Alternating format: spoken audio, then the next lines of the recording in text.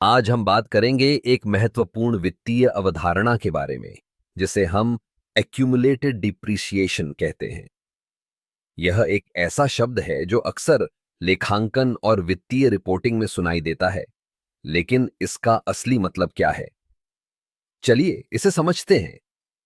Accumulated depreciation का अर्थ है किसी संपत्ति की मूल्य ह्रास की कुल राशि जो उसके उपयोग के दौरान समय के साथ होती है।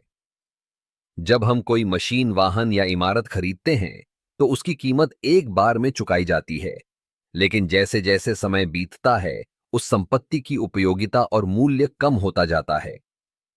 यही मूल्यह्रास है। उदाहरण के लिए, मान लीजिए आपने एक मशीन खरीदी है जिसकी कीमत 10 लाख रुपए है।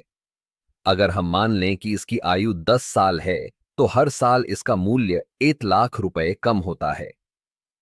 इस तरह 10 साल बाद मशीन का मूल्य शून्य हो जाएगा। लेकिन इस प्रक्रिया को समझने के लिए हमें एक्यूमुलेटेड डिप्रिसिएशन की अवधारणा का उपयोग करना होगा। एक्यूमुलेटेड डिप्रिसिएशन को हम बैलेंस शीट पर एक कॉन्ट्रा एसेट के रूप में देखते हैं।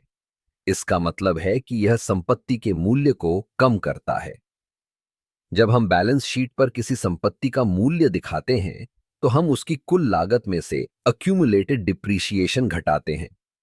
इससे हमें वास्तविक मूल्य मिलता है, जिसे हम बुक वैल्यू कहते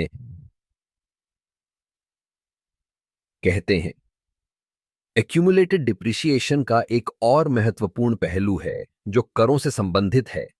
जब हम मूल्यह्रास की राशि को अपने आयकर विवरण में दिखाते हैं तो यह हमें करों में छूट दिला सकता है। इससे हमारी कर योग्य आय कम होती है और हम अधिक पैसे बचा सकते हैं।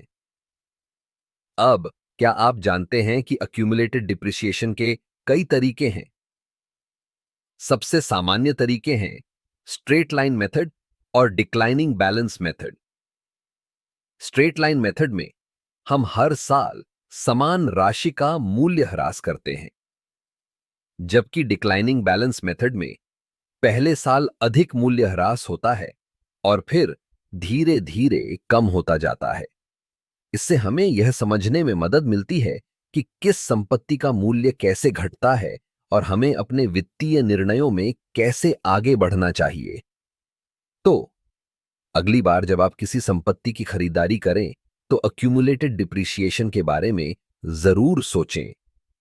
यह न केवल आपकी वित्तीय स्थिति को बेहतर बनाने में मदद करेगा, बल्कि आपको अपने व्यवसाय के लिए सही निर्णय लेने में भी सहायता करेगा।